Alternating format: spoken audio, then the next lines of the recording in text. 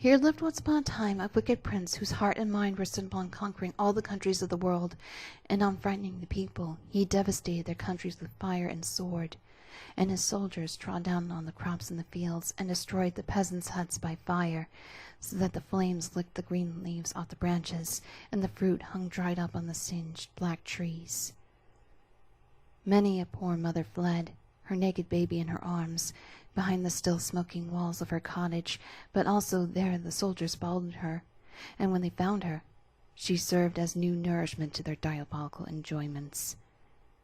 Demons could not possibly have done worse things than these soldiers. The prince was of opinion that all this was right, and that it was the only natural course which things ought to take. His power increased day by day, his name was feared by all, and fortune favored his deeds. He brought enormous wealth home from the conquered towns, and gradually accumulated in his residence riches which could no longer be equaled. He erected magnificent palaces, churches, and halls, and all who saw these splendid things and great treasures exclaimed admiringly, "What a mighty prince!" But they did not know what endless misery he brought upon other countries, nor did they hear the sighs and lamentations which rose up from the debris of the destroyed cities. The prince often looked with delight upon his gold and his magnificent edifices, and thought like the crowd, "What a mighty prince! But I must have more, much more. No power on earth can equal mine, far less exceed it." He made war with all his neighbors and defeated them.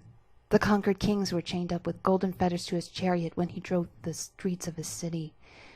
These kings had to kneel at his and his courtiers' feet when they sat at a table, and live on the morsels which they left.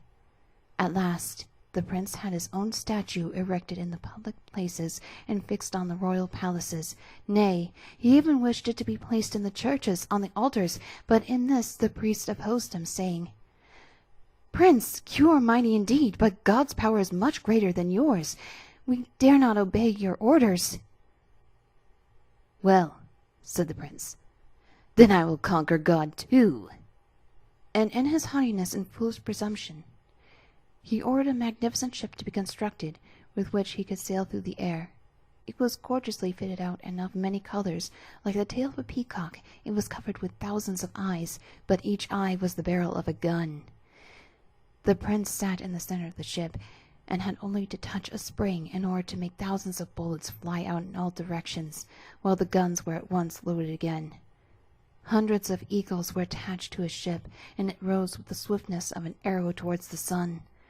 The earth was soon left far below, and looked, with its mountains and woods, like a cornfield, where the plough had made furrows which separated green meadows.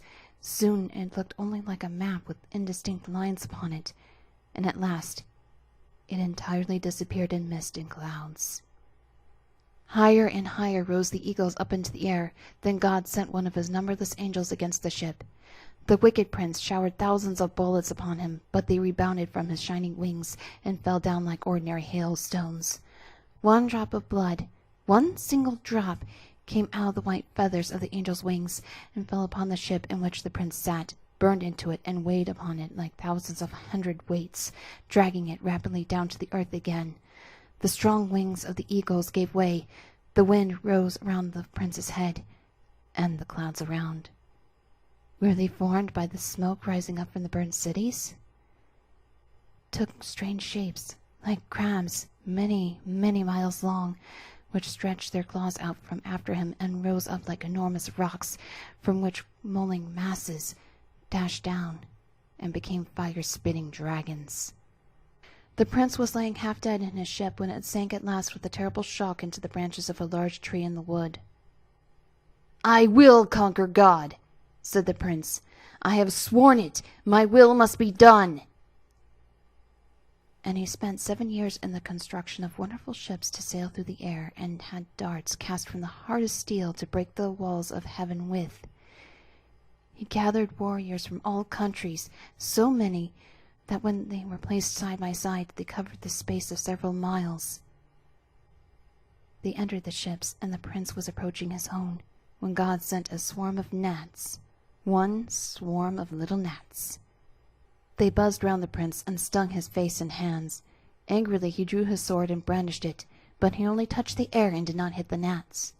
Then he ordered his servants to bring costly coverings and wrap him in them, that the gnats might no longer be able to reach him. The servants carried out his orders, but only one single gnat had placed itself inside of the coverings, crept into the prince's ear, and stung him. The place burnt like fire, and the poison entered into his blood.